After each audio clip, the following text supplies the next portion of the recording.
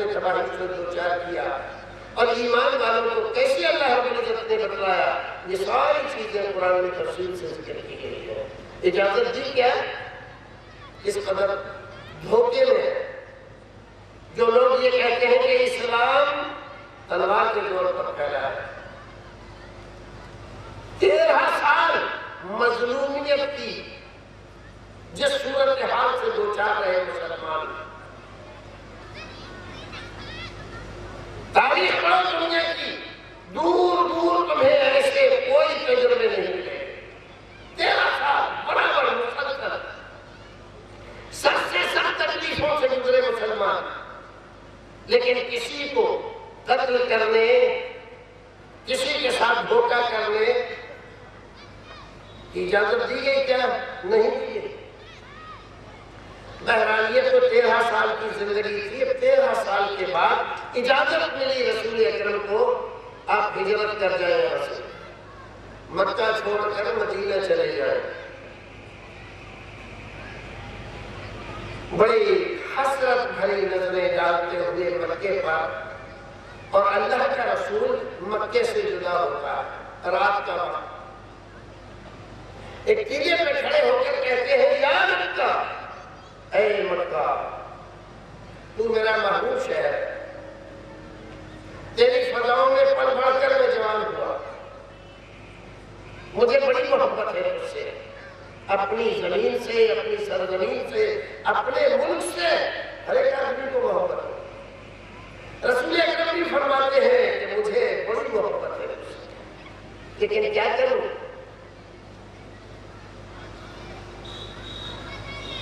तेरे शहर के लोग मुझे यहाँ रहने नहीं देते। अगर ये मुझे निकलने पर मजबूर न करते हैं तो मैं मक्का तुझे छोड़कर कभी न रहता। कितनी हसरत, दर्द और तकलीफ के साथ रसूल अकरम मक्का से जुदा हो रहे हैं। चले गए मक्का छोड़कर मदीना पहुंच गए।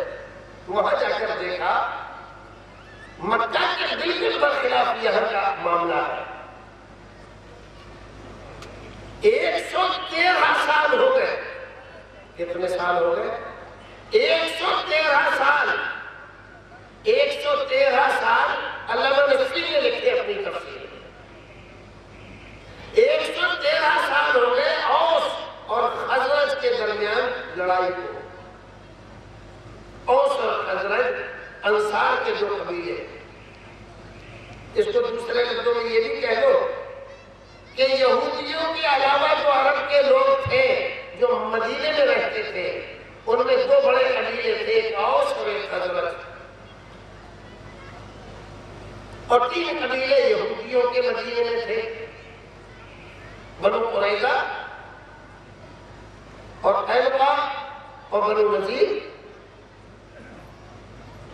और इन 3 कबीलों ने ऐसी सियासत इख्तियार की थी, कुछ ने औस के साथ दोस्ती कर ली, कुछ ने खजरज के साथ दोस्ती कर ली, और दोनों को आपस में लड़ाते रहते।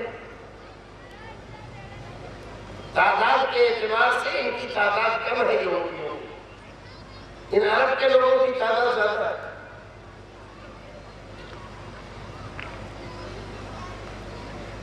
लेकिन जितना कुछ कमाते हैं ये सब इन यहूदियों के पेट में चला जाता है। हथियार बेचना और सूद पर कर्ज देना, यही दो काम है।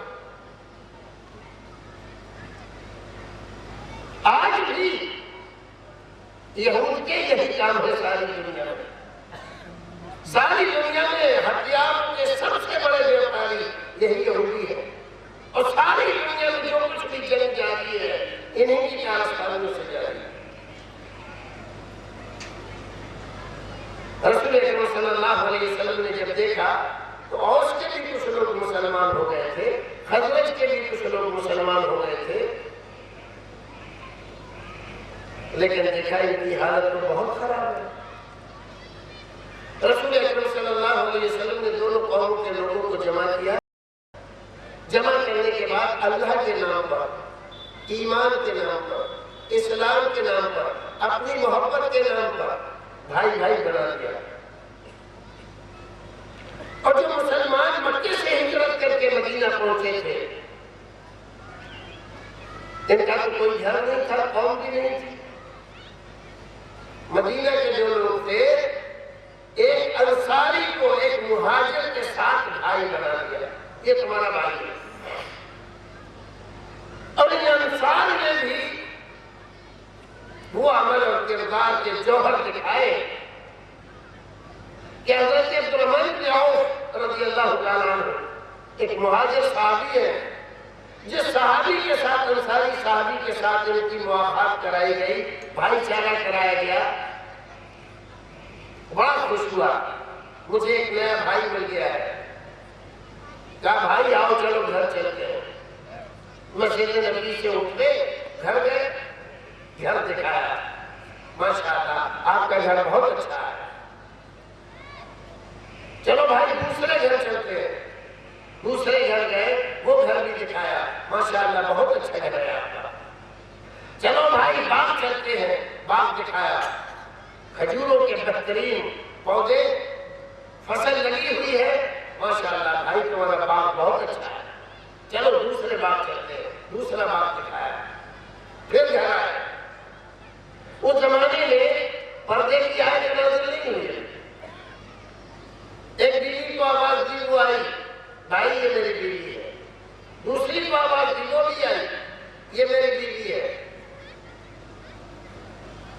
माशाअल्लाह आपकी बीवी बहुत अच्छी है। भाई ऐसा है, जब रसूल अकरम ने मुझे तुम्हारा भाई बना दिया है, तो अब दो घर है मेरे, दोनों तुमने देख लिए, दो बाग है मेरे, दोनों तुमने देख लिए, दो बीवियां है मेरी, दोनों तुमने देख ली।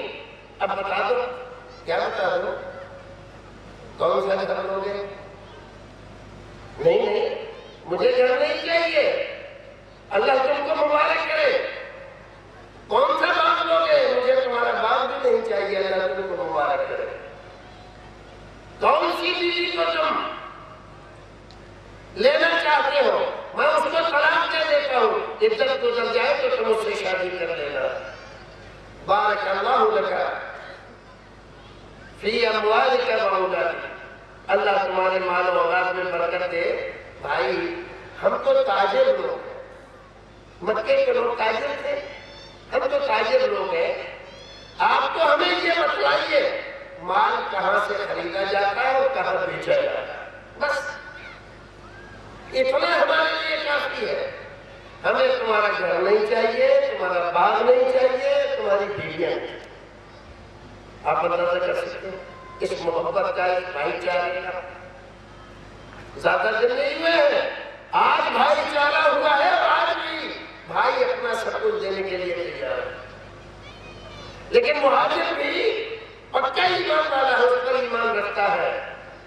जिस रब ने इसको दो घर दिए हैं वो मुझे भी घर दे सकता है, जिसने बाग दिए हैं मुझे भी बाग दे सकता है, जिसने इसको दो बीवी दी है मुझे भी दे सकता है।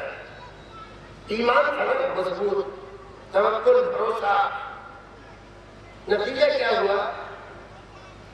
हजरत अब्दुर्रहमान बिन औफ रज़ियल्लाहु ताला अन्हु तिजारत करते करते करते करते मदीने के मालदार करीब ताजिरों में शुमार होने लगे। हजरत उस्मान गनी वो भी मुहाजिर थे, अब्दुर्रहमान बिन औफ ये भी मुहाजिर थे, इनसे बड़ा ताजिर नहीं था मदीने में।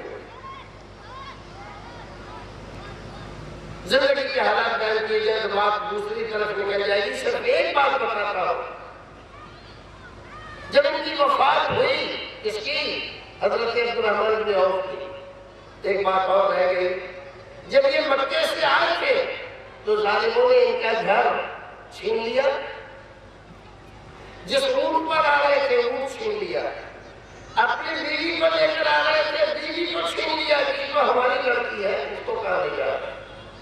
जो औलाद थी औलाद छीन ली है हमारे खानदान, तुम इसको लेकर कहा जा रहे सब कुछ। और फिर भी आगे जब उनका इंतकाल हुआ तो उनके वारिसों ने बाकी और माल क्या होगा, सोना, सिर्फ सोना कुल्हाड़ियों से काट काट के बांटा।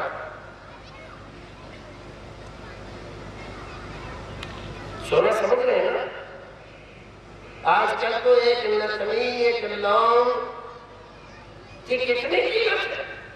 एक अंगूठी बनाना आदमी के लिए दुश्वार होगा, और उनके पास इतना माल था कि कुल्हाड़ी से काट काट के उनके वारिसों में तकसीम किया गया। ये तवक्कुल और भरोसा, मेहनत और कोशिश की जाता। बहरा रसूल अकरम सल्लल्लाहु अलैहि वसल्लम ने औस और खजरज वालों के दरमियान भाईचारा करा दिया। जंग बंद हो गई, जंग बंद हो गई, भाई भाई बनकर रहने लगे। यहूदियों का कारोबार तो ठप हो गया। इनको जरूरत होती थी तो हथियार खरीदते थे, जरूरत होती थी तो कर्ज पर रुपया लाते थे और उसका फिर सूद दर सूद देते थे। तो सूदी कारोबार भी बंद और हथियार बेचना भी बंद। चंद ही सालों में ये यहूदी मक्के मदीने को छोड़कर भागने पर मजबूर हो गए। अल्लाह रब्बुल इज्जत ने इसी का तज़किरा यह कुरान शरीफ की आयत में किया। वअल्लफ़ बैन क़ुलूबिकुम वअस्बहतुम बिनिअमतिही इख़वाना। अल्लाह रब्बुल इज्जत की नेमत के सबब तुम आपस में भाई भाई बन गए। वइन कुंतुम अला शफ़ा हुफ़रतिन मिनन नार, वरना तुम्हारी हालत तो ये थी कि तुम जहन्नम के किनारे पर खड़े हुए थे। अल्लाह रब्बुल इज्जत ने तुमको जहन्नम में गिरने से बचा दिया। कज़ालिक युबय्यिनुल्लाहु लकुम आयातिही। अल्लाह रब्बुल इज्जत अपनी आयतें ऐसे ही खोल खोल कर बयान करता है, लअल्लकुम तहतदून, ताकि तुम हिदायत से हमकिनार हो जाओ, सही बात को समझ सको। एक और जगह अल्लाह रब्बुल इज्जत ने ये जो हमने बयान किया था तो सूरह आले इमरान की आयतें थी। सूरह अनफाल में अल्लाह रब्बुल इज्जत ने फरमाया, वअल्लफ़ बैन क़ुलूबिहिम लौ अनफ़क़्त मा फ़िल अर्ज़ि जमीअ मा अल्लफ़्त बैन क़ुलूबिहिम। हमने इनके दिलों को मिलाया, बरसों की नफरत खत्म कर दी, इनके दिलों में मोहब्बत डाल दी। फरमाया लौ अनफ़क़्त मा फ़िल अर्ज़ि जमीअ मा अल्लफ़्त बैन क़ुलूबिहिम। ऐ नबी अकरम, अगर सारी दुनिया की दौलत आप खर्च कर देते ताकि इनको भाई भाई बना दे, मा अल्लफ़्त बैन क़ुलूबिहिम, इनको कभी भाई भाई नहीं बना सकते। इतनी नफरत पक्की पुख्ता हो गई थी दिलों में। वलाकिन अल्लाह अल्लफ़ बैनहुम इन्नहु अज़ीज़ुन हकीम। लेकिन अल्लाह रब्बुल इज्जत ने इनके दिलों में मोहब्बत पैदा कर दी। वो गालिब है, हिकमत वाला है, उसका कोई काम हिकमत से खाली नहीं होता। ये हमारी इब्तिदा थी। हम आपस में लड़ रहे थे, दूसरे लोग मजा देख रहे थे, हम आपस में एक दूसरे की जाने लेने के लिए तैयार थे, दूसरे का खून बहाकर खुश होते थे। नतीजे में जब उनको मौका मिलता था तो वो हमारा खून बहा देते थे, और इस लड़ाई को अंजाम देने के लिए हम दूसरों से कर्ज लेते थे। कमाते हम थे और मौज में उड़ाते थे। दीन ने, अल्लाह ने, रसूल ने तुम्हारे दरमियान मोहब्बत पैदा कर दी। और मोहब्बत कैसी? ऐसी मोहब्बत ग़ज़वा उहुद में, इस्लाम की दूसरी जंग, 70 सहाबा किराम मैदान जंग में शहीद हो गए। जंग खत्म हुई, शहीदों को देखने, जख्मियों की मरहम पट्टी करने के लिए, जो लोग प्यास से तड़प रहे उनको पानी पिलाने के लिए एक सहाबी एक छोटा मशकीज़ा लेकर निकले। आप जानते हैं जब आदमी के जिस्म से खून बहता है तो बदन में आग लग जाती है। प्यास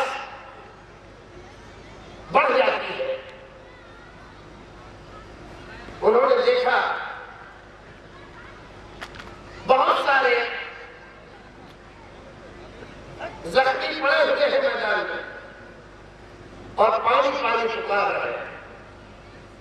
गए, मशकीला एक जख्मी के मुंह से लगाया, अभी उन्होंने पानी पिया नहीं है, इतने में पास के एक जख्मी की आवाज आई, अल-आतश, प्यास, पानी। इन्होंने मुंह फेर लिया और क्या मेरे भाई को ज्यादा जरूरत है, उसको पिला दो। ये पढ़कर फौरन उसके पास गए, अभी मशकीला लगाया है, देखने में पास के एक और आदमी की आवाज आई, पानी। मुंह फेर लिया, मेरे भाई को ज्यादा जरूरत है, उसको पिला दो। ऐसे ही तकरीबन 7-8 आदमियों के पास दौड़ दौड़ कर पानी पिलाने के लिए वो गए, लेकिन जब 7वें आदमी के पास पहुंचे तो देखा कि वो अल्लाह को प्यारा हो चुका है।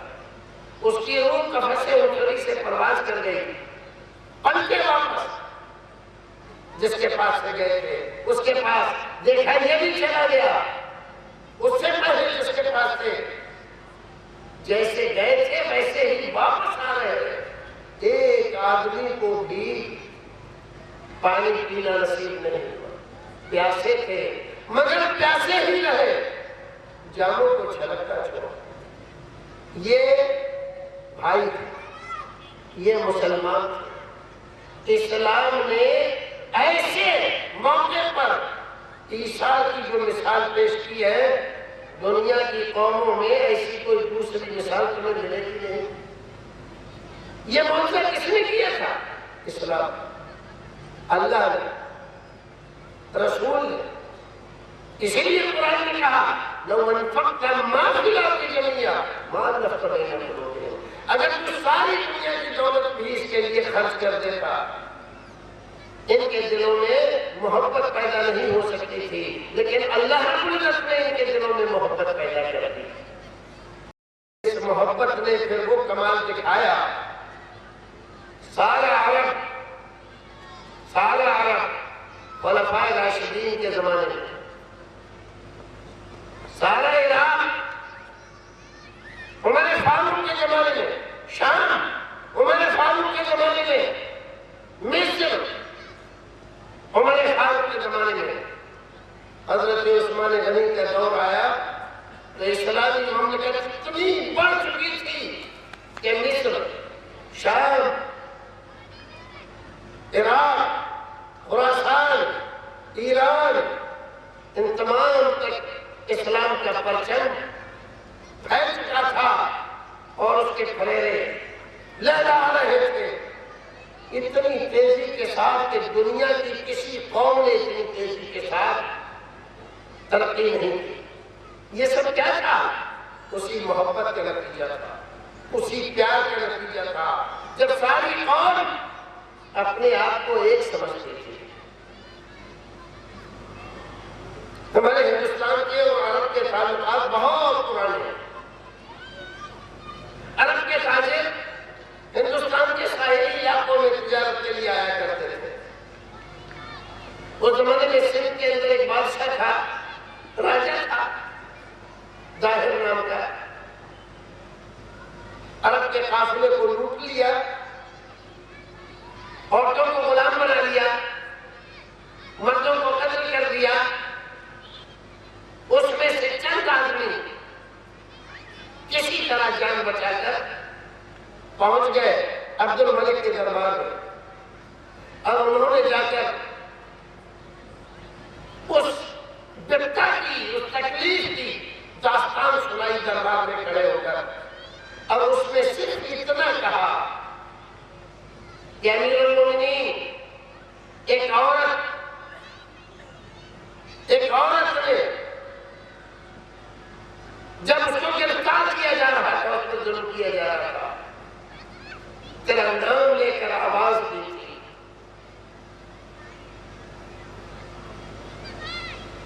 ये बात है। इराक के गवर्नर को, हज्जाज इब्न यूसुफ को हुक्म पहुंचा, फौरन अरब के इन ताजिरों के साथ जो जुल्म हुआ है उसकी दादरसी की जाए और इस राजा को सजा दी जाए। तब मोहम्मद बिन कासिम, जो हज्जाज बिन यूसुफ का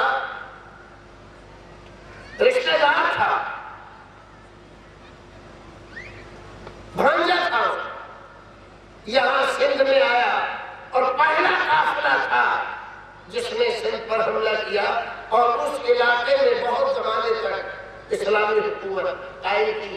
और जब वो यहाँ से गया, उसके जाने के बाद सिंध के लोगों ने सिंध में मोहम्मद बिन कासिम की मूर्ति बनाकर उसकी पूजा की। एक जमाने में, क्योंकि जो इंसाफ, जो शांति, जो सुकून, जो आदल उसने वहां पर बर्पा किया था, उसके लिए बरसों से लोग तरस रहे थे।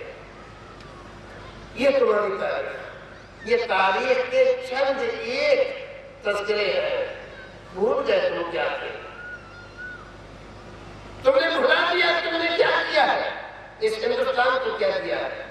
यहाँ जब तुम आए थे तो तुम यहाँ की सूरत क्या हाल क्या, यहाँ क्या हो रहा था, तुमने अपने इसको क्या दिया, तुम्हें खुद ही मालूम नहीं है, दूसरों को क्या बताओ। चलो ये तो सब हो गया, आज क्या हो रहा।